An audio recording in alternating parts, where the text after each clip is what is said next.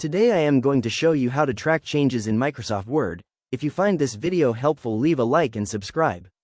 Now let's get right into it. First, select Review. Select Track Changes. Now that you are reviewing this document, any change made to this document will stand out as if you were changing a paper with red pen. For example, deleting a word puts a red line through it instead of deleting. Adding a word will underline the text. You can also add comments to voice your opinion on the changes made to the document. To create a comment, put your cursor on the edit you would like to comment on. Now right-click and go down to Comment. Type in your comment and click Post. Now you can see the comment made for this edit. Now that you can see edits, as a reviewer you can either accept or reject them. To reject a specific change, place your cursor next to the edit. Select Reject. Now you can see the changes have been reverted. If you want to reject all changes, select the drop-down menu.